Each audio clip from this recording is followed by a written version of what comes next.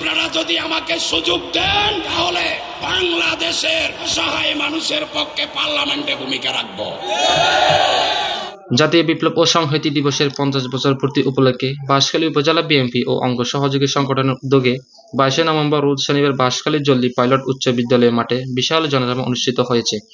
অনুষ্ঠানে সভাপতিত্ব করেন বাঁশখালী উপজেলা যুবদলের সাবেক সভাপতি মোহাম্মদ সরওয়ার আলম। এ সময় আরো বিভিন্ন স্তরের নেতৃবৃন্দ ও বক্তব্য রাখেন। সবাই ঐক্যবদ্ধ থাকবেন, আমার নেতার নির্দেশ মতো চলবেন, নেতার নির্দেশ যেটাই দিবে সেটা পালন। প্রধান অতিথি হিসেবে উপস্থিত ছিলেন চট্টগ্রাম দক্ষিণ জেলার সাবেক যুগ্ম আহ্বায়ক এবং ছাত্র দলের সাবেক কেন্দ্রীয় সহসভাপতি, বাঁশখালী 16 আসনের মনোনয়ন বঞ্চিত মোহাম্মদ লিয়াকত আলী চেয়ারম্যান। তিনি বলেন, আমি মাজলুম, আমার সঙ্গে আছে বাঁশখালী জনসাধারণ। দল আমাকে ভুলে গেল, জনগণ আমাকে ভুলে যায়নি।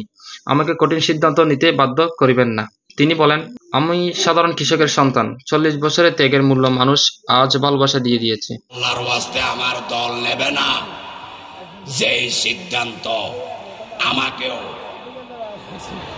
আমাকেও কঠিন সিদ্ধান্ত নিতে বাধ্য করে। আমি কি বলছি আপনারা বুঝে নেবেন। পরিশেষে বলছি, পরিশেষে আপনারা যদি চান